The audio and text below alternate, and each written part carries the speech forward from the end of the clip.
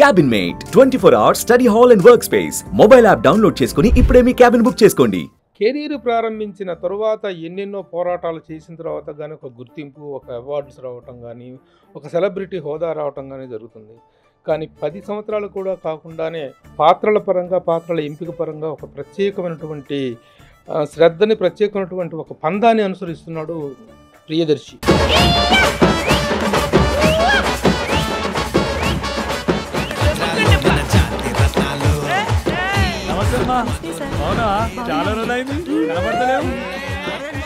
ఇప్పుడు ప్రియదర్శి నటించినటువంటి తాజా చిత్రం సారంగపాణి జాతకం.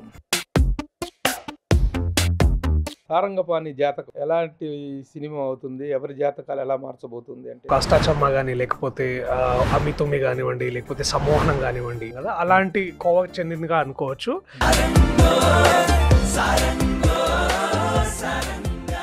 బీట్ అండ్ ట్రాక్ కాకుండా ఉండటానికి దీంట్లో ఉన్నటువంటి ఫ్రెష్నెస్ ఏంటంటే, ఫ్రెష్నెస్ ఏంటంటే the most importantly relatable characters. దీంట్లో what is you look for? నేను I'm definitely looking for marriage sir.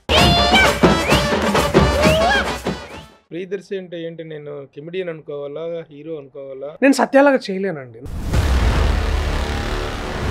పూర్తి అవగాహన ఉన్న నేను మీలాంటి స్టార్స్కి సక్సెస్ రాగానే అన్నీ మారిపోతున్నాయి. ఎంతెంత పెంచుతున్నారు రెమ్యునరేషన్? ఇంత జాగ్రత్త, అవేర్నెస్ ఉన్న ప్రియదర్శి ఎందుకు అంత రాంగ్ స్టెప్ వేసింది?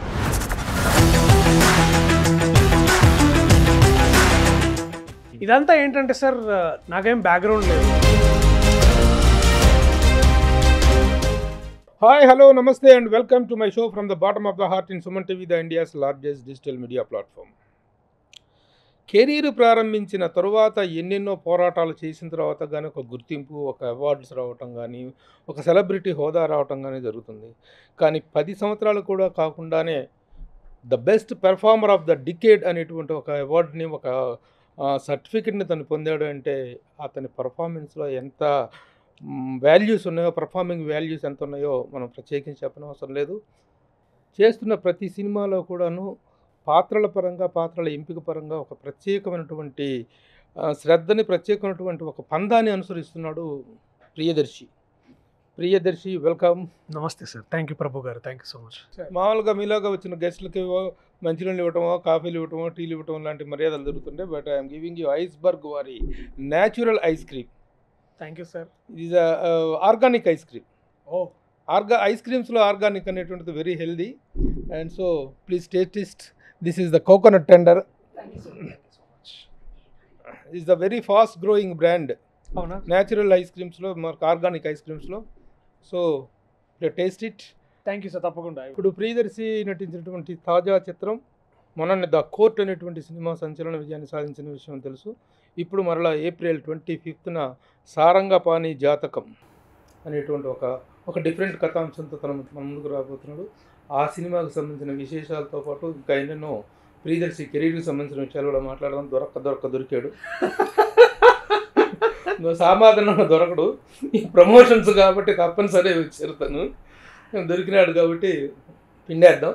సరే, ప్రస్తుతం ముందుగా సారంగపాణి జాతకం ఎలాంటి సినిమా అవుతుంది, ఎవరి జాతకాలు ఎలా మార్చబోతుంది అంటే ఏం చెప్తారు? ఇది ఒక సాధారణ సారంగపాణి అనే ఒక వ్యక్తి, సాధారణ ఒక యూత్ బాయ్, ఒక చిన్న ఉద్యోగం చేసుకుంటున్న ఒక మధ్యతరగతి కుటుంబంలో ఉండే ఒక కొడుకు లేదా ఒక వ్యక్తి, అతని జాతకాలంపై ఉన్న అతనికి పిచ్చి ఆర్ వ్యామోహం, అది దాన్ని ఫాలో అవుతూ వీడు పడే పాటలు లేకపోతే పొందే అడ్వాంటేజెస్ని, అది అతని నమ్మకం వల్ల ఎదుటి వ్యక్తులకు వచ్చే ఇబ్బందులు లేకపోతే దాంట్లో నుంచి పుట్టుకొచ్చే ఈ హ్యూమర్. ఇది అంటే ఒక కథాంశంగా చెప్పాలంటే ఇది సాధారణంగా మనం అంటుంటాం డార్క్ కామెడీ అని ఒక జానరా గురించి మనం మాట్లాడుతుంటాం కదా, అలాంటి కోవకు చెందినగా అనుకోవచ్చు. బట్ దీంట్లో మళ్ళీ మనం ఏదైతే అనే ఈ కమర్షియల్ డెఫినిషన్స్ కొన్ని ఉండొచ్చు, తర్వాత ముఖ్యంగా చెప్పుకోవాల్సి వస్తుందంటే ఇంద్రగంటి మోహన్ కృష్ణ గారి పందా ఏదైతే ఉందో వారి కథావస్థలు మనం చూస్తూ వస్తున్నాం. అంటే ఒక అష్టాచమ్మ కానీ, లేకపోతే అమితోమి కానివ్వండి, లేకపోతే సమ్మోహనం కానివ్వండి, వారు ఒక ప్రత్యేకమైన కామెడీ ఫిలిమ్స్ని కానీ, ప్రత్యేకమైన హాస్య రసభరితమైన కథాంశాలు వారు రాస్తుంటారు, తీస్తుంటారు. సో అలాంటి కోవకి చెందిన మరొక ఉత్తమమైన కథ ఇది సారంగపాణి జాతకం. వారి భాషలో చెప్పాలంటే వారు ఎప్పటి నుంచో చేయాలని అనుకుంటున్నారంట ఈ కథ. కానీ మధ్యలో ఈ వేరే వేరే కథలు చేసుకుంటూ దీన్ని ఎప్పటికైనా మంచి రోజు ఎప్పుడైనా చేద్దామని అనుకోవడం. సో అలాగా అన్ని గ్రహాలు, రాసులు, తర్వాత జనాలు అందరూ ఒక దగ్గరకు వచ్చేసరికి అది సారంగపాణి జాతకం అయింది. అంటే ఇప్పుడు ఇది జోనర్, కొత్త జోనర్ కాదు. గతంలో రాజేంద్ర ప్రసాద్ గారే చేశారు, ఆ ఒకటే అడక్కు కానీ, ఇంకా చాలా మంది చాలా సినిమాలు జాతకాల మీద వచ్చినటువంటి సినిమాలు ఉన్నాయి. రవితేజ సినిమా వెంకీ కానీ ఇవన్నీ ఉన్నాయి. ఇప్పుడు ఒక బీట్ అండ్ ట్రాక్ కాకుండా ఉండటానికి దీంట్లో ఉన్నటువంటి ఫ్రెష్నెస్ ఏంటంటే the most importantly relatable characters, representing reality, రియలిజంని తీసుకురావడము. నేటి తరం యువతి యువకులు మాట్లాడుకునే భాష కానీ, వాళ్ళకుండే ఆలోచనలు కానీ, వారు ఎంచుకునే ప్రొఫెషన్స్ కానివ్వండి, వారు చేసుకుంటున్న చాయిసెస్ కానీ, వాళ్ళ the world view according to their taste, దాన్ని రిప్రజెంట్ చేయడం. అంటే ఇంతకుముందు ప్రేమ వివాహాలు అంటే సడన్గా బాబోయ్ అది పెద్ద ఇష్యూ కాకుండా చాలా ఎక్కువ మంది మోడర్న్ పేరెంట్స్ పిల్లల ఇష్టాలని అర్థం చేసుకుంటూ వాళ్ళ సంతోషాన్ని ఇచ్చే అట్లాంటి పేరెంట్స్.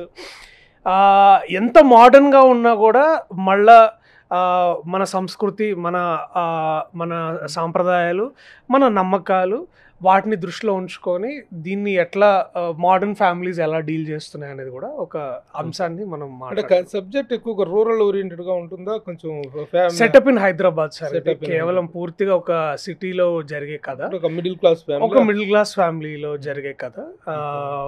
తల్లి ఒక టీచర్, తండ్రి ఒక చిన్న వ్యాపారం కూడా కాదు, ఒక గవర్నమెంట్ జాబ్ అనుకోవచ్చు. నేను ఒక కార్ షోరూమ్ లో ఒక సేల్స్ ఎగ్జిక్యూటివ్. సో అదే సేల్స్ ఎగ్జిక్యూటివ్ తను కూడా ఒక వైస్ ప్రెసిడెంట్ ఆపరేషన్స్. తను ఆ కార్ షోరూమ్ కి హీరోయిన్ రూపా. సో ఇలాంటి క్యారెక్టర్స్ మనం చూస్తుంటాం సార్. వీళ్ళు మన ఇంటి పక్కనో లేకపోతే మన చుట్టాల్లో ఎవరో ఒక పిల్లగాడు, ఇట్లా అమ్మాయి ఉంటుంది. సో ఇలాంటి ఎవ్రీడే స్టోరీ, ఎవ్రీడే కథలు. కాకపోతే ప్రతి ఇంట్లో ఉండే సుఖాలు, కష్టాలు, గొడవలు. అయితే ఇప్పుడు మామూలుగా వీటిలో ప్రతి క్యారెక్టర్ గతంలో మనం చూసినటువంటి ఆ ఒకటి అడగ కానీ, వెంకీ కానీ, అంతకుముందు లేడీస్ టైలర్ కానీ, వీటన్నిటిలో కూడాను ఒక పర్టికులర్ ఐటమ్ వెనకాల పెరుగుతుంటాడు.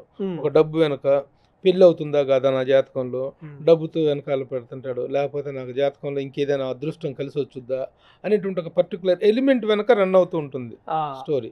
దీంట్లో what is you look for? I'm definitely looking for marriage sir. Marriage ఒకటి, తర్వాత కెరీర్ ఫుల్ఫిల్మెంట్ రెండు. ప్రతి ఒక్క ఇవాళ అందరికీ ఉండే ఒకటే ఇది కదా, కెరీర్ అబ్బాయిలకి, ఎక్కువ మంది అబ్బాయిలకి అగైన్ కెరీర్ ఫుల్ఫిల్మెంట్ ఒకటి, తర్వాత నచ్చిన అమ్మాయిని పెళ్లి చేసుకోవడం. అంటే ప్రేమించిన అమ్మాయిని, ఎస్పెషల్లీ ప్రేమించిన అమ్మాయిని ఎటువంటి గొడవలు, బాధ లేకుండా పెళ్లి చేసుకోవడం. The two major important drives for major youth. అదే డ్రైవ్ వీడికి ఉంటుంది, సారంగపాణికి కూడా ఉంటుంది. కాకపోతే మధ్యలో వచ్చే అన్నెసెసరీ ఇన్ఫ్లుయెన్సెస్ వల్ల వాడు కాస్త దారి తిప్పుతాడు అనమాట. దానివల్ల వచ్చే ప్రాబ్లమ్స్ ఏంటి, దాన్ని డిస్కవర్ చేస్తాం. ఇప్పుడు ఇంద్రగంటి మోహన్ కృష్ణ గారు అంటే మనకు ఈ జనరేషన్ డైరెక్టర్స్లో ఒక చిన్న డిఫరెంట్ టింజెస్ ఉన్నటువంటి డైరెక్టర్. ఆయన ఒక ఈ సత్యనారాయణ కనిపిస్తాడు, ఓ జంజాల్ గారు కనిపిస్తాడు ఆయనలో. అవును సార్. ఒక బాపు గారు లాగా ఈ టేస్ట్లన్నీ కలిసినటువంటి ఒక డైరెక్టర్ ఆయన. అవును, మా ప్రొడ్యూసర్ గారు కూడా, నిర్మాత శివలేఖ గారు కూడాను ఆ జోనర్స్ లో ఒక neat and clean family entertainers తీసేటువంటి సెటప్ వాళ్ళ కాంబినేషన్. ఇది మూడో సినిమా. అవును సార్, మూడో సినిమా. ఎలా ఈ కాంబినేషన్ ఎలా సెట్ అయింది?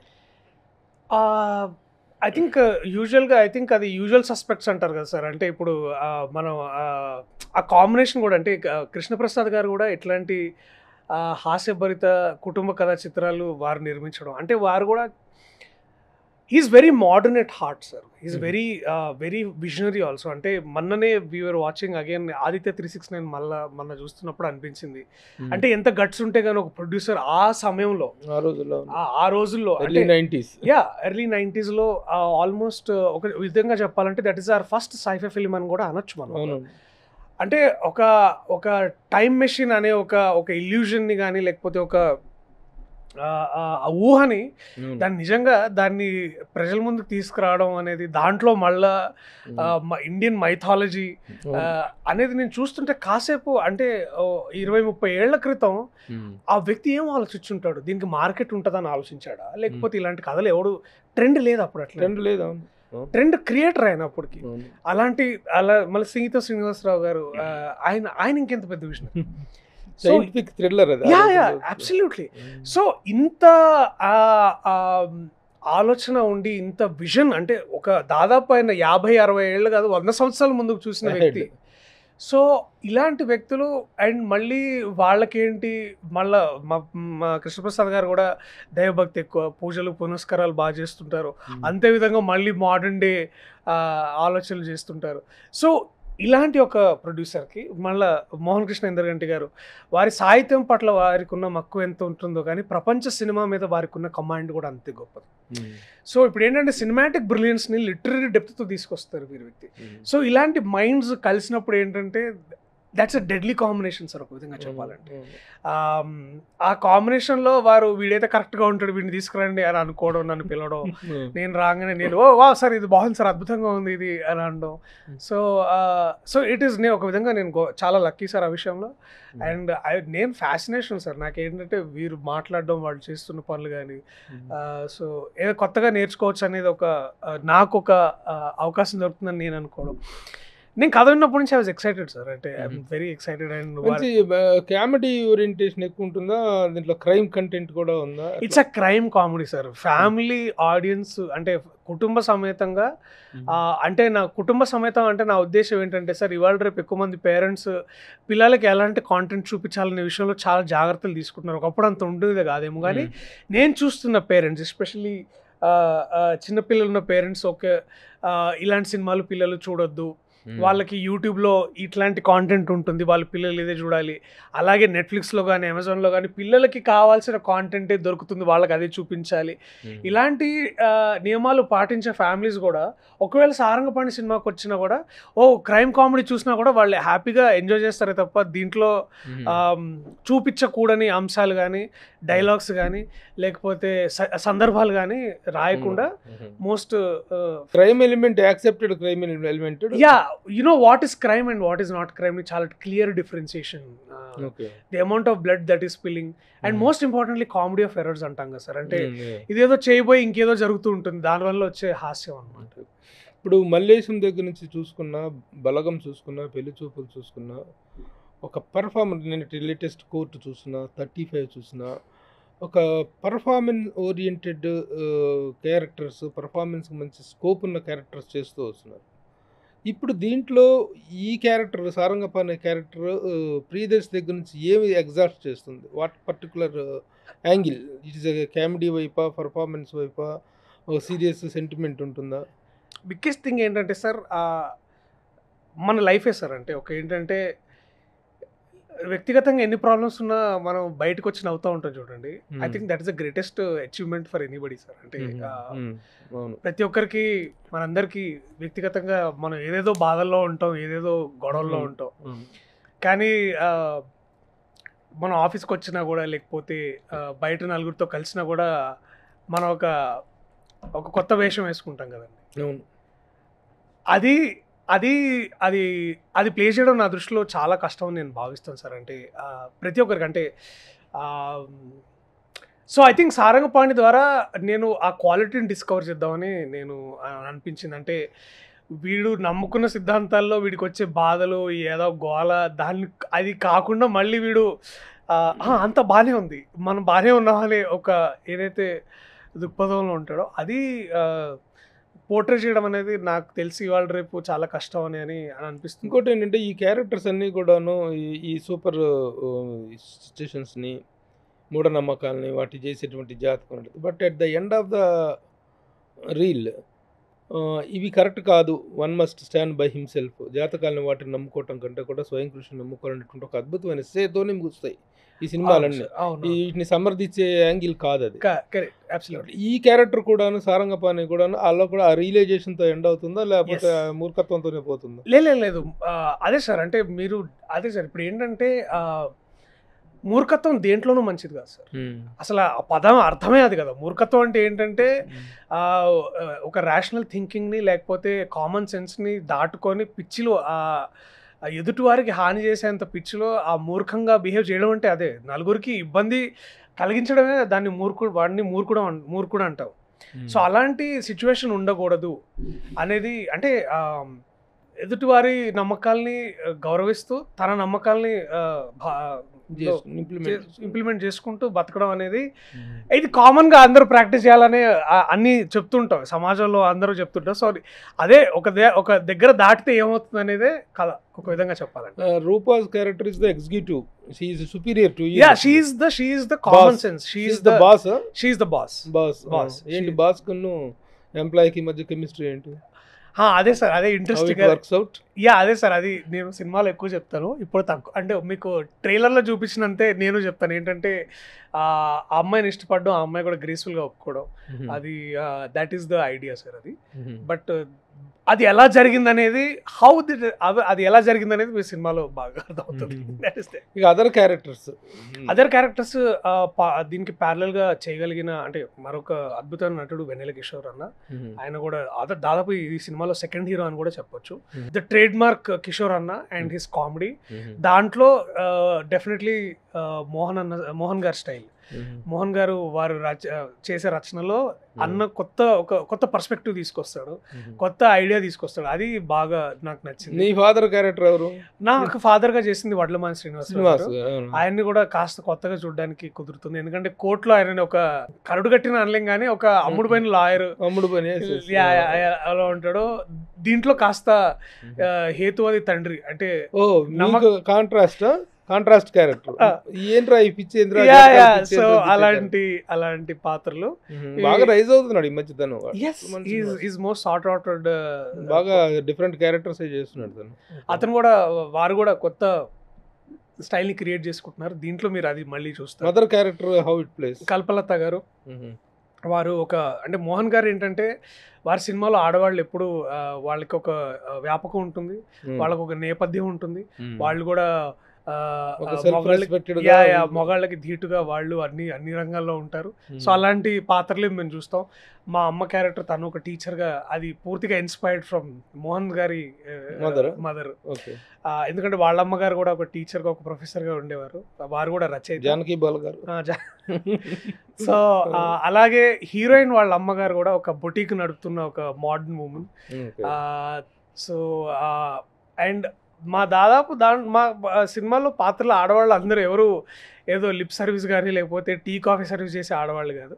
They are self respected women and అందరిలాగా సమానత్వంగా ఉండే క్యారెక్టర్స్. ముఖ్యంగా ఇలాంటి ఫిలిమ్స్ లో ఏ ఫిలిం లో అయినా music plays a very important role. How about the music in this film? Vivek Sagar I think మనోడు సైలెంట్ గా వచ్చిన విప్లవాన్ని క్రియేట్ చేస్తున్నాడు సంగీతంలో, తెలుగు సంగీతంలో. అంటే మీరు మన ఇందాక అన్నట్టు 35 చిన్న కథ కాదు చూసుకున్నట్టయితే, దాంట్లో కూడా నేను యాక్చువల్లీ పొద్దున వచ్చేటప్పుడు అదే ఆ నీలి మేఘములలో ఆ పాట వింటూ వస్తున్నాను నేను కూడా. తర్వాత నాకు స్వయంగా ఒక సోదరుడు లాంటి స్నేహితుడు అతను చేసే అంటే ప్రయోగం సినిమాలో, అంటే ఇప్పుడు ఫర్ ఎగ్జాంపుల్ వాడు ఒక పుస్తకంలాగా అనిపిస్తుంటాడు అప్పుడప్పుడు వివేక్ సాగర్ అంటే. అండ్ వివేక్ సాగర్ నాకు నేను షార్ట్ ఫిల్మ్స్ చేస్తున్నప్పటి నుంచి నాతో మేము కొలాబరేట్ అయ్యి వర్క్ చేస్తున్నాం అనమాట. నా షార్ట్ ఫిల్మ్స్ కూడా సంగీతం ఇచ్చాడు. అలాగే మేము అందరం మళ్ళీ డైరెక్టర్లు యాక్టర్ అయినప్పుడు అతను పెళ్లి చూపులకి సంగీతం ఇచ్చాడు. అక్కడి నుంచి ఇక తిరిగి వెనక్కి చూసుకునే పని రాలేదు, ఎమ్మటెమ్మటే మంచి సినిమాలు పడ్డాయి మనోడు కూడా. అండ్ ఎస్పెషల్లీ వివేక్ సాగర్తో వివేకాత్రేయ తర్వాత మన ఇంద్రగంటి మోహన్ కృష్ణ గారితో కానీ లేకపోతే వీళ్ళందరితో కూడా చాలా కొలాబరేట్ అయ్యాడు మనోడు. దీంట్లో ఎన్ని సాంగ్స్? దీంట్లో 3 పాటలు, 2 మనం ఒకదంటే పూర్తిగా డాన్స్లో మనం అయితే ట్రైలర్లో చూపించినట్టు ఉంటుంది, ఇంకొకటి కొంచెం ఒక బ్యాక్గ్రౌండ్ స్కోర్ లాగా వస్తుంది, ఇంకో 2 బ్యాక్గ్రౌండ్ స్కోర్లు లాగా మోంటాజెస్లో వస్తుంది. అలా డాన్స్ మూమెంట్స్ గట్రా ఉన్నాయి.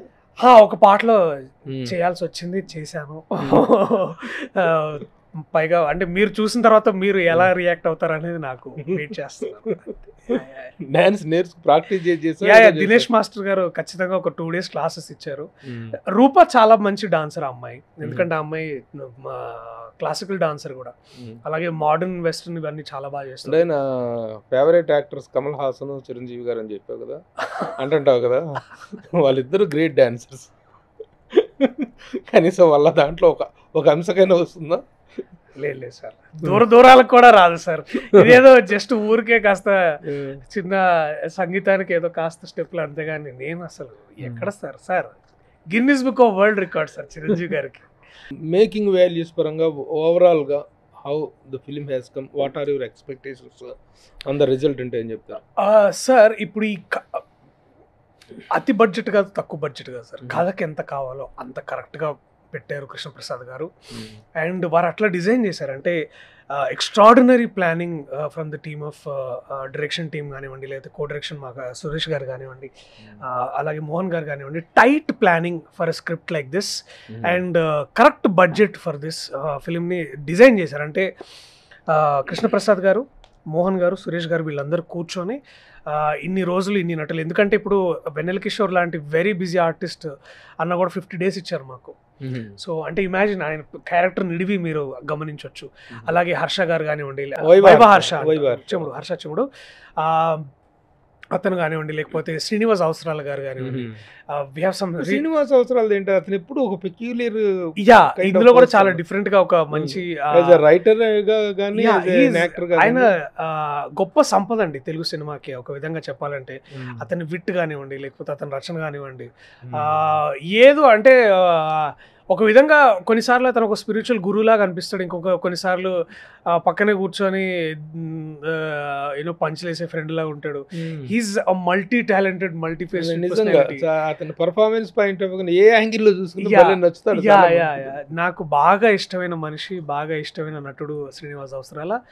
అండ్ అతనితో పనిచేయడం అంటే నేను చాలా లేదు, మళ్ళీ మేము అప్పుడెప్పుడో ఒక రీమేక్ సినిమా చేసాము, ఆ తర్వాత మళ్ళీ ఇవాళ సారంగ్ పాండ్యం చేయడం చాలా బాగా అనిపించింది. So we have some really stellar cost. Tanikella Bharani garu కానివ్వండి, వారు కూడా అద్భుతమైన నటుడు, అద్భుతమైన రచయిత, దర్శకులు ఆయన కూడా. So we have like a power packed group of actors. వాళ్ళ మధ్యలో నేను రూపా, అందరూ we had lot of fun. Very good. So 25th is going to become a big day. Yes sir, 25th most awaited day. Yes sir, April 25th రాష్ట్ర వ్యాప్తంగా తెలుగు రాష్ట్రాల్లో, అలాగే యుఎస్లో ఒక రోజు ముందే వస్తుంది. అలాగే ప్రపంచవ్యాప్తంగా చెప్పాలంటే world wide release on April 25th. Going big. So waiting for the absolutely sir. ఏం లేదు, ఎంజాయ్మెంటే తప్ప వెయిటింగ్ లో రిజల్ట్ గురించి సందేహం లేదు సార్. అంటే ట్రైలర్లో మేము ఏదైతే చూపించామో అదే ఎంటర్టైన్మెంట్ ఉంది. మేమేవో పాపులర్ సీన్స్ని కట్ చేసి మంచి సీన్సే పెట్టాలని కాదు, ఇంకా చాలా సీన్స్ ఉన్నాయి అలాగా అందరూ కుటుంబ సమేతంగా ఎంజాయ్ చేయగలిగే, అన్ని వర్గాల ప్రేక్షకులు హ్యాపీగా కూర్చొని చూసి నవ్వుకునే pleasant film sir. Very good. So 25th April గుర్తుపెట్టుకోండి. సారంగపాణి జాతకం ఎలా ఉంటుందో, జాతకాలు ఎలా మారుస్తుందో మనం వెయిట్ చేద్దాం. You also given appeal to our so నేను సుమన్ టీవీ ప్రేక్షకులకి రిక్వెస్ట్ చేసేది ఏంటంటే, ఐ నో మీరు ఇవాళ రేపు సినిమా బాగుంటేనే చూస్తారు, అది ఓటీటీ అయినా సరే థియేటర్ అయినా సరే, రివ్యూలు చూస్తారు, రివ్యూలు ఆర్టికల్స్ చదువుతారు. ప్రభు సార్ లాంటి గొప్ప సినీ విశ్లేషకులు చెప్పిన మాటలు విని మీరు సినిమాలు చూడాలని మీరు కోరుకుంటారు. సో నేను ఒకటే చెప్తున్నాను, మీరు మా సినిమా ట్రైలర్ చూడండి, మీరు నచ్చితే తొందరలోనే బుకింగ్స్ ఓపెన్ అవుతాయి, టికెట్స్ బుక్ చేసుకోండి. తల్లిదండ్రులు ఏ ఏజ్ గ్రూప్ అయినా సరే, తెలుగు వారైనా సరే, మీకు తెలుగు రాని వాళ్ళు కాకపోయినా సరే సినిమా బాగా అర్థమవుతుంది. సో దయచేసి మా సినిమాని కేవలం థియేటర్లో చూడండి. నేను చెప్పే విషయం మీరు నమ్మకపోతే నేను ఇంతకుముందు చేసిన కోర్టు చూడండి. అదే అలాంటి గొప్ప ఎక్స్పీరియన్స్ ఇచ్చే సినిమా ఇది. సారీ, క్షమించండి. అలాగే లేదంటే మీరు ప్రభు సార్ చెప్పే మాటలు సినిమా చూసిన తర్వాత వారు చెప్పే మాటలు బట్టి మీరు సినిమా వెళ్ళండి. కానీ ఖచ్చితంగా మా సినిమాని ఆదరించండి, సినిమాకు ఒక అవకాశాన్ని ఇవ్వండి. ఇలాంటి సినిమాకి గనక మీరు అవకాశం ఇచ్చినట్టయితే నాలాంటి నటులు ఇలాంటి కథలు ఎన్నో కొత్త కొత్త ప్రయోగాలు తెలుగు చిత్రాల్లో రావచ్చు. సో మమ్మల్ని అందరినీ ప్రోత్సహించిన వారు అవుతారు. ఇప్పుడు దాకా ప్రోత్సహించినందుకు ఇక మీదట ప్రోత్సహిస్తారని కోరుకుంటూ సుమన్ టీవీ ప్రేక్షకులందరికీ నమస్తే. Have you expected this growth in your career when you started? లేదు sir, not real, definitely not. ఈ రోజున ప్రియదర్శి అంటే ఒక promising actor, a common boy whose at the next door అనేటువంటి కామన్ మ్యాన్, కామన్ బాయ్ అనేటువంటి ఒక అద్భుతమైన ఇమేజ్ తెచ్చుకున్నాను. మీ కెరీర్ స్టార్ట్ చేసినప్పటికీ ఇప్పటికీ వచ్చినటువంటి 10 years, నియర్లీ 9 years, ఈ 9 yearsలో your growth, how happy you are? I'm content sir. అంటే కంటెంట్ అంటే నేను సాటిస్ఫైడ్ అంటే పూర్తిగా కాదు, ఐఎమ్ లుకింగ్ ఫార్వర్డ్ సార్. అంటే ప్రవాహం అంతే, ఆ ప్రవాహంలో మెల్లగా కొద్ది రోజులు కొండలు వస్తాయి, కొద్ది రోజులు యూనో సో ఆ ప్రవాహంలో ఉన్నాను సార్ అంతే. And I'm enjoying this journey. And ఎటు ఎలా ఉండకూడదో బాగా తెలుసు, ఏం అవ్వాలో నాకు తెలియదు. కథలు బాగుండాలి, కొత్త కథలు చెప్పాలని మూఢనమ్మకంతో అయితే ఉన్నాను నేను. కొత్త కథలు చెప్పాలని మూఢనమ్మకం. సో ఆ కొత్తదనం చెప్పడం కోసం you will venture. Yes sir, yes sir. అప్పుడప్పుడు దెబ్బలు తగులుతూ ఉంటాయి. కానీ ఏంటి ఇప్పుడు ప్రియదర్శి అంటే ఏంటి? నేను కెమెడియన్ అనుకోవాలా, హీరో అనుకోవాలా? ఒక డిపెండబుల్ నటుడు అని అనుకోండి సార్ కాసేపు. అంటే వీడిని నమ్మచ్చు, మరి ముంచడు మనల్ని అని. ఆ ముంచడం, తేల్చడం అనేటువంటిది మీ ఇదిలోనే ఉంటుంది కదా? అంతే కదా సార్, అది ప్యూర్లీ మై చాయిస్ ఆఫ్. ముంచడం అంటే మునిగేది నిర్మాతే కదా. లక్కీగా అలాంటి పరిస్థితి రాలేదు ఇప్పుడు దాకా. సో ఐఎమ్ సో ఫార్ అంటే దాన్ని కేర్ఫుల్గా అడుగులు వేస్తున్నాను. ఇప్పుడు మీలాంటి ఈ రైజింగ్ యాక్టర్స్కి, స్టార్స్కి ఒక సక్సెస్ రాగానే అన్నీ మారిపోతున్నాయి. All dynamics are getting changed.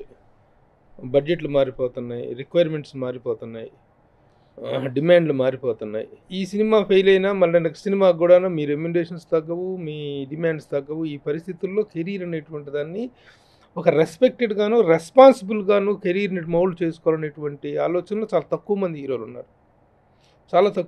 చూస్తున్నా కానీ వాళ్ళు ఇలా చూస్తాం కానీ ఒక ఫెయిల్యూర్ అనేటువంటిది అన్ఎఫోర్డబుల్ అయినటువంటి పరిస్థితి ఈ రోజుల్లో. ఇలాంటి సమయంలో proper designing is important, proper responsible thinking is important. How do you design your career అంటే ఏం చెప్తారు సార్? మీరు యాక్చువల్లీ ఒక చాలా అంటే ఒక గొప్ప విశ్లేషణ సార్, ఒప్పుకుంటాను అది. కానీ నేను ప్రతిదీ అంతగా ఆలోచించి అన్ని నిర్ణయాలు తీసుకోను సార్. నేను ఏంటంటే ఒక ప్రేక్షకుడిగా నేను ఒక కథ చదివినా, విన్నా, దాంట్లో నన్ను నేను చూసుకోగలనా, అది నేను పూర్తి నిజాయితీతో చెప్పగలనా, పూర్తి అథెంటిసిటీతో దాన్ని నేను తీసుకురాగలనా, ఇవే సార్ నా 3 పారామీటర్స్. ఒకవేళ నేను ఈ 3 బ్రాకెట్స్ కనుక నన్ను నేను చెప్పుకొని నన్ను నేను సాటిస్ఫై చేసుకోగలిగితే అది ఏ పాత్ర లెక్క చేయను, అది ఏ ప్రొడ్యూసర్ అని లెక్క చేయను, అది ఎటువంటి సినిమాని లెక్క చేయను. ఆ కథ నేను చెప్పాలని మాత్రమే అనుకుంటాను. ఈ కథ నాతో ఎవరైనా చెప్పగలుగుతారా అని వారి కోసం ఎదురు చూస్తాను. అంటే ఫర్ ఎగ్జాంపుల్ నేను కోర్టు కథ నేను ఒక 3 ఏళ్ల కింద విన్నాను. అతను ఆ రచయిత దర్శకుడు రామ్ జగదీష్, అతను కూడా అంతే నమ్మాడు. ఆ కథని అంతే నిజాయితీగా చెప్పాలని తను అనుకున్నాడు. 3 years బ్యాక్ విన్నారా? అవును సార్, నేను 3 years బ్యాక్ విన్న కథ అది.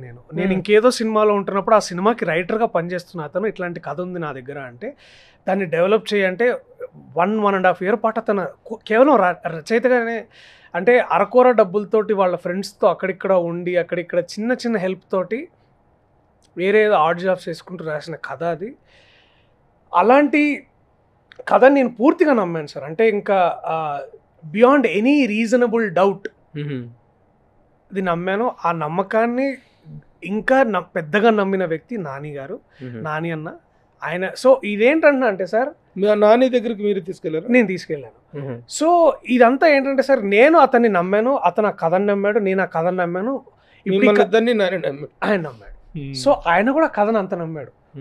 ఒక్క చేంజ్ చెప్పలేదు, ఒక్క డైలాగ్ అడగలేదు, ఒక్క రీజన్ అడగలేదు. సినిమా ఏ రోజైతే కథ విన్నాడో వీళ్ళకి ఏం కావాలో చూసుకోండి అని చెప్పిన ప్రొడక్షన్ టీమ్ని మళ్ళీ ఫైనల్గా సినిమా అయిపోయిన తర్వాత ఎడిట్ రూమ్లో చూసుకొని బాగా వచ్చింది అని అన్నాడు అంతే.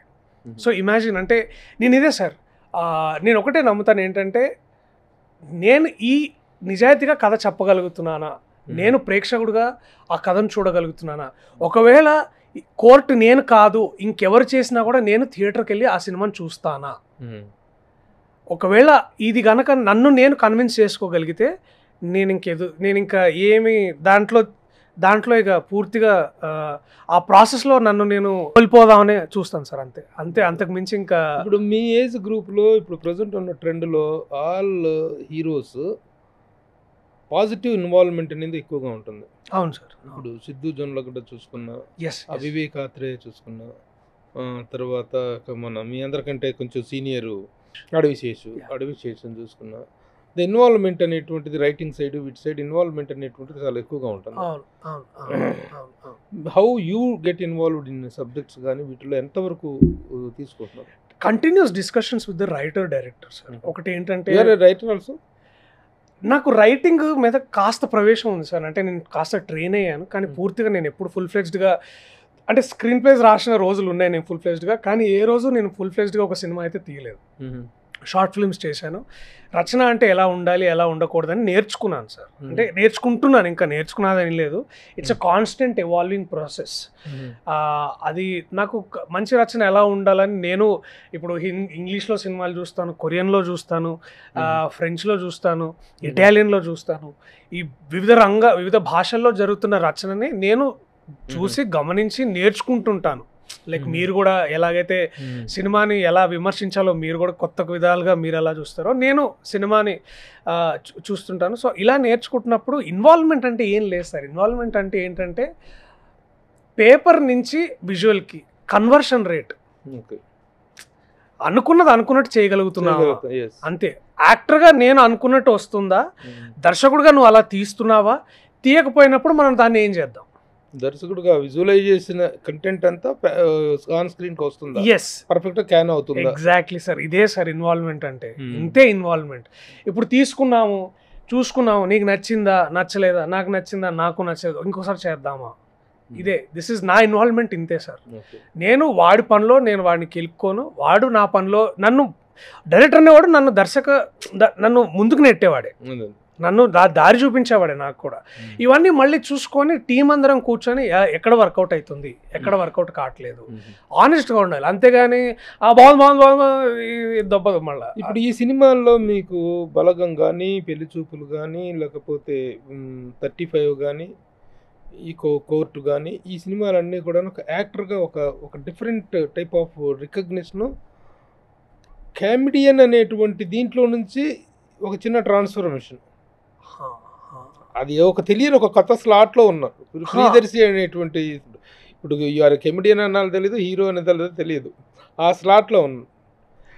ఇలాంటి క్యారెక్టర్స్ చేస్తున్నటువంటి మీకు రేపటి ఒక కెమెడియన్గా ఫుల్ ప్లెజర్గా ఆఫర్ వస్తే అది దాన్ని ఎలా? అదే సార్ సారంగపాణి జాతకం అదే అంటున్నాను. ఇప్పుడు నేను ఏమంటున్నా అంటే, ఇప్పుడు సరే సార్, ఇప్పుడు కామెడీ అనేది, ఇప్పుడు నా సినిమా చూసి మీరు నవ్వుకుంటున్నారు, నా డైలాగులు విని మీరు నవ్వుకుంటున్నారు, ఈ సీన్ చూసి మీరు నవ్వుకుంటున్నారు అన్నప్పుడు నేను కమెడియన్ అయితే, సారంగపాణి జాతకంలో నేను పూర్తిగా మీకు హాస్యాన్ని, లాఫ్టర్ అందించగలుగుతున్నాను. నన్ను నేను ఎప్పుడు కమెడియన్గా ఎందుకు చూసుకోలేదంటే, నా definition of comedy is very different. నేను కామెడీ అనేది వేరేగా చూస్తాను, హ్యూమర్ అనేది వేరేగా చూస్తాను. నేను రెండు డిఫరెంట్. ఇప్పుడు నేను కామెడీ నేను ఎందుకు అనుకోనంటే సార్, నన్ను బాగా గుర్తు, నాకు రవివర్మ గారు, మన యాక్టర్ రవివర్మ గారు ఒక మాట అన్నారు. ఆయన నన్ను టెర్రర్ అనే సినిమాలో చూశాడు సార్, సతీష్ కాశెట్టి గారు. దాంట్లో నేను ఒక కరుడు కట్టిన దరిద్రమైన ఒక టెర్రరిస్ట్ పాత్ర చేశాను. తర్వాత నన్ను పెళ్లి చూపుల్లో చూశాను. నువ్వేం కమెడియన్ కాదరా, నువ్వు you're an actor with good timing, అంతే. You're an actor with good timing. So నేను అలా చూసుకుంటాను. కానీ నేను ఇప్పుడు నేను బ్రహ్మానందం గారి లాగా, అది లెజెండ్ స్టేటస్లే కానీ గాడ్ స్టేటస్ అది. ఒక కిషోర్ అన్న లాగా, లేకపోతే సత్యలాగా, లేకపోతే రాహుల్ రామకృష్ణ లాగా నేను కామెడీ అని నన్ను అనుకోలేను. ఎందుకంటే వాళ్ళు నిజంగా ఆ జాబ్లో, నేను సత్యలాగా చేయలేనండి. నాకు తెలుసు సత్య ఈజ్ ఎ టెరిఫిక్ కామెడియన్. అంటే సత్య ఇలా తిరిగి కూడా నలుగురిని నవ్వించగలడు. అతని సత్తా అట్లాంటిది, అట్లాంటి నటుడు. అట్లాగే వెన్నెల కిషోర్ అన్న, అది నా వల్ల కాదేమో నాకు తెలుసా ఆ విషయం. ఆ విషయం పట్ల పూర్తి అవగాహన ఉన్న నేను నాకేంటంటే సిచ్యువేషన్లో వచ్చే నవ్వులు సార్ దాన్ని హ్యూమర్గా భావిస్తాను. సో అలాంటిది క్రియేట్ చేయాలని నేను కోరుకుంటాను.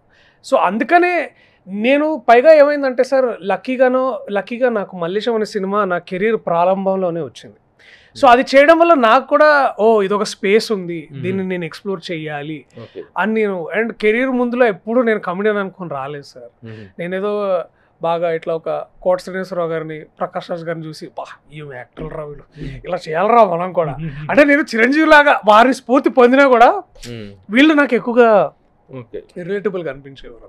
బ్రహ్మానందం గారు లాగా I think they played more common people like Chiranjeevi garu, వీళ్ళందరూ they played most of our characters. So వీళ్ళు చూస్తూ పెరిగే కొద్దీ నాకు వీళ్ళలాగా ఉంటే సరిపోద్దాం అనుకునేవాడిని నేను. ఇప్పుడు సినిమాకి క్రేజ్ పెరుగుతుంది. ఇప్పుడు కోర్టు అనేటువంటిది 60 కోట్ల సినిమా అయింది ఈ రోజున.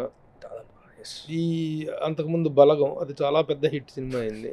ఎంతెంత పెంచుతున్నారు remuneration? Is Priyadarshi affordable and very much sir, available and affordable. ఇప్పుడు నేను కరెంట్ నేను చేస్తున్న సినిమాల ప్రొడ్యూసర్లు మీరు ఫ్రెండ్స్ మీరు అందరూ మాట్లాడుకోవచ్చు, దాంట్లో మీకు తెలుస్తుంది. సో సినిమా పెంచుతున్నారంటే sir I'm taking enough sir, I'm taking enough money for నేను చేస్తున్న పనికి సరిపోని పైసలు అయితే నేను తీసుకుంటున్నాను. సో అంతే సార్. అండ్ మోస్ట్ ఇంపార్టెంట్లీ కథ మన ఒక అద్భుతమైన కథ వచ్చింది, కానీ ఆ కథ చెప్పాలనుకుంటే నేను తీసుకునే రెమ్యునరేషన్ దానికి ఎక్కువ అవుతుందేమో, దాన్ని నేను భారం అవుతానేమో. అలాంటప్పుడు నేను తగ్గించుకొని చేయాలి, ఎందుకంటే ఆ కథ నేను చెప్పాలి, అది నాకు ఇంపార్టెంట్. నా గుర్తింపు నేను ఎంచుకున్న కథలు సార్, నా ఇమేజ్ కాదు. ఒక సినిమా పోతే నా ఇమేజ్ కూడా పోద్ది, I don't care. And people don't care sir, people అంత ఓపిక వాళ్ళకి లేదు కదా. అండ్ నేను పెద్ద స్టార్ కాదని నాకు తెలుసు. నా యూఎస్పీ ఏంటంటే నేను చెప్పే కథలే సార్, అదే నా ఐడెంటిటీ, అదే నా గుర్తింపు, అదే నాకు అన్నం పెడుతుంది. మరి కథల గురించి, కథలు చెప్పటం గురించి ఇంత కన్విక్షన్, ఇంత జాగ్రత్త, ఇంత అవేర్నెస్ ఉన్న ప్రియదర్శి డార్లింగ్ అనే ఒక సినిమా. అవును సార్, డార్లింగ్. ఎందుకు అంత రాంగ్ స్టెప్ వేసారు సార్? రాంగ్ అంటే ఇప్పుడు కథ నేను నా పర్స్పెక్టివ్లో ఆలోచించండి. ఒక పెళ్లి కోసం తాతాలు ఆడిపోయే వ్యక్తి, డెస్పరేషన్లో ఉన్న వ్యక్తి తెలియక ఒక పెళ్లి చేసుకుంటాడు, కానీ ఆ అమ్మాయికి ఒక రోగం ఉందని తెలుస్తుంది. దాంట్లో నుంచి వచ్చే ఫన్ ఎలా ఉండబోతుందని నేను పేపర్ మీద చూశాను, చదివాను, ఇమాజిన్ చేసుకున్నాను. అంటే ఆ అమ్మాయికి ఒక 5-6 పాత్రలు కలిగి ఉంటే ఆ అమ్మాయికి వీడికి ఏం జరుగుతుందో అని అర్థం కాని ఒక వల్నరబుల్ పొజిషన్లో ఉన్న వ్యక్తి ఎలా బిహేవ్ చేస్తాడు అనేది నేను చూశాను సార్. అక్కడ నా పొటెన్షియల్ ఉంటుందేమో నేను గమనించాను. కాకపోతే దాన్ని పేపర్ టు విజువల్ కన్వర్ట్ చేసుకోలేకపోయాను. ఎవరిది తప్పు? కొంచెం దాంట్లో నాది తప్పు ఉంది. డెఫినెట్లీ మేము ప్రామిస్ చేసినంత అలరించలేకపోయాం.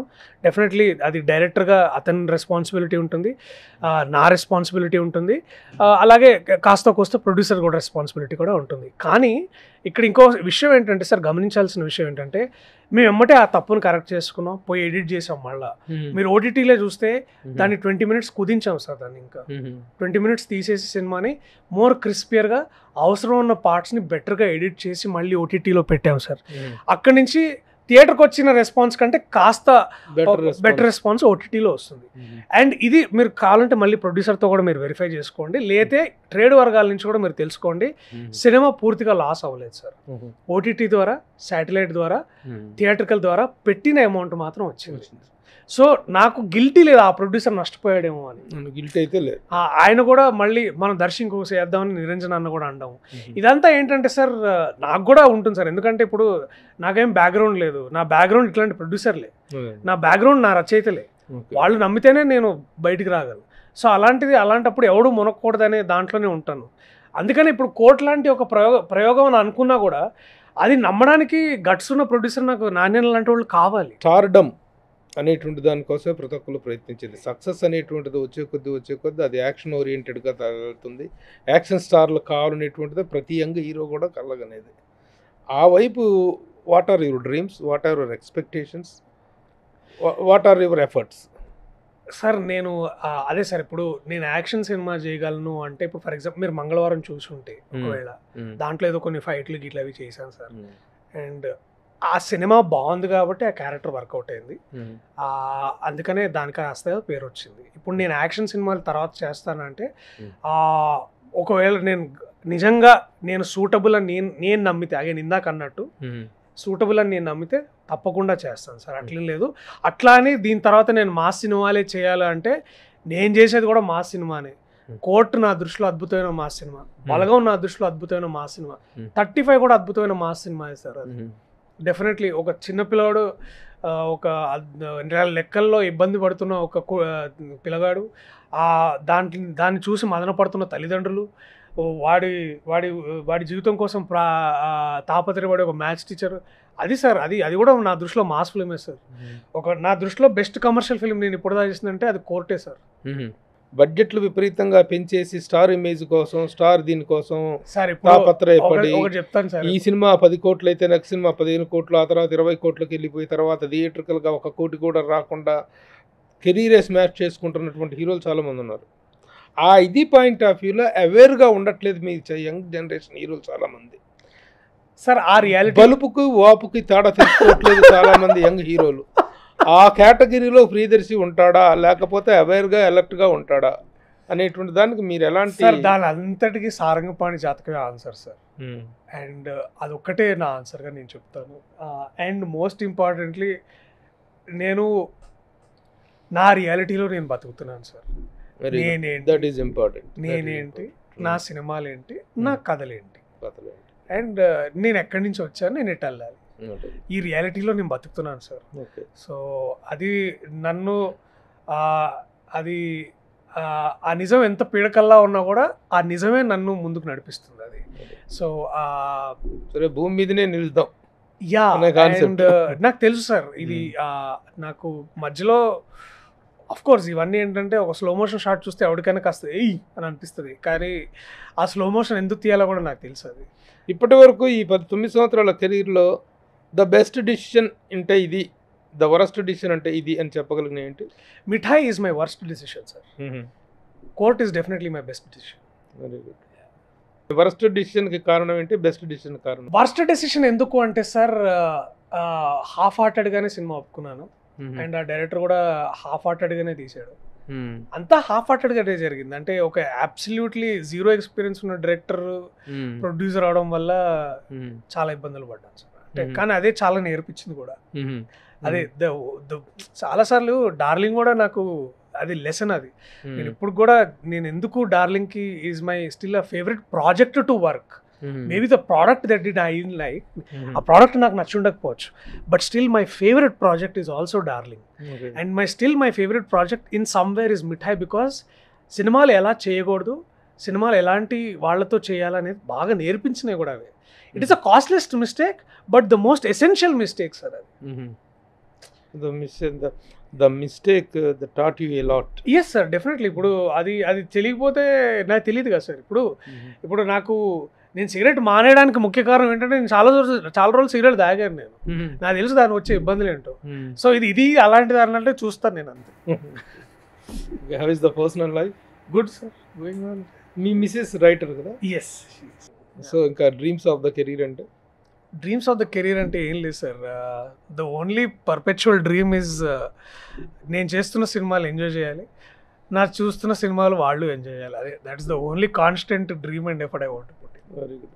ఇప్పుడు ఈ పెద్ద సినిమాల్లో ఇప్పుడు మాలో చిరంజీవి గారి పక్కన, లేకపోతే మహేష్ బాబు పక్కన, లేకపోతే రామ్ చరణ్ పక్కన, వీళ్ళ పక్కన ఒక ఫుల్ లెంత్ క్యారెక్టర్ వస్తే హీరోగా చేస్తున్నా ఈ డైలమాలో అది ఆ ప్రిఫరెన్స్ ఎలా ఉంటుంది సార్? RRR అయిపోయిన దగ్గర నుంచి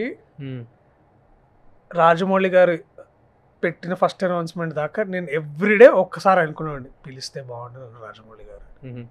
అప్పటికి బలగం వచ్చింది, మధ్యలో చాలా సినిమాలు వచ్చాయి, 35 వచ్చింది, డార్లింగ్ వచ్చింది, అన్నీ వచ్చినాయి. I still feel I have to work with somebody like them. ఎందుకు అంటే to learn something if I can. నేనేదో వాళ్ళ సినిమాలో నేనేదో పెద్ద పాన్ ఇండియా రేంజ్లో లేకపోతే పాన్ గ్లోబల్ రేంజ్లో కనిపిస్తాను కాకుండా చాలా గొప్ప టెక్నీషియన్స్, సుకుమార్ గారు కానివ్వండి, లేకపోతే రాజమౌళి గారు కానివ్వండి, they are the most sorted out technicians of the country right now.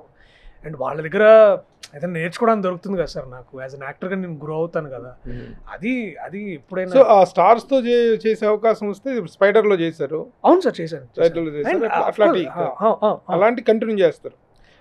If something is really interesting sir, నేను ఏమన్నా definitely if I can contribute great, I would always want to do sir. Career పట్ల ఒక correct ఇది ఉంది.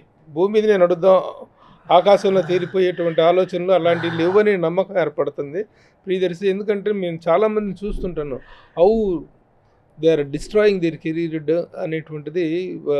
భ్రమలో ఒక అద్భుతమైన అవకాశాలు వచ్చినప్పుడు వాటిని నిలబెట్టుకోలేకుండా చేసుకున్నటువంటి పొరపాట్ల వల్ల, రాంగ్ డిసిషన్స్ వల్ల ఎలా కెరీర్లు ఇది అవుతున్నాయి చూసిన వాళ్ళం. కాబట్టి ఇది ప్రస్తుతానికి భూమి మీదనే ఉన్నావు, అలాగే ఉండాలని ఆశిస్తూ all the best. Once again April 25న సారంగపాణి జాతకం మీ అందరి జాతకాల్లో మరొక అద్భుతమైన చేంజ్ తేవాలని కోరుకుంటున్నాను. All the best.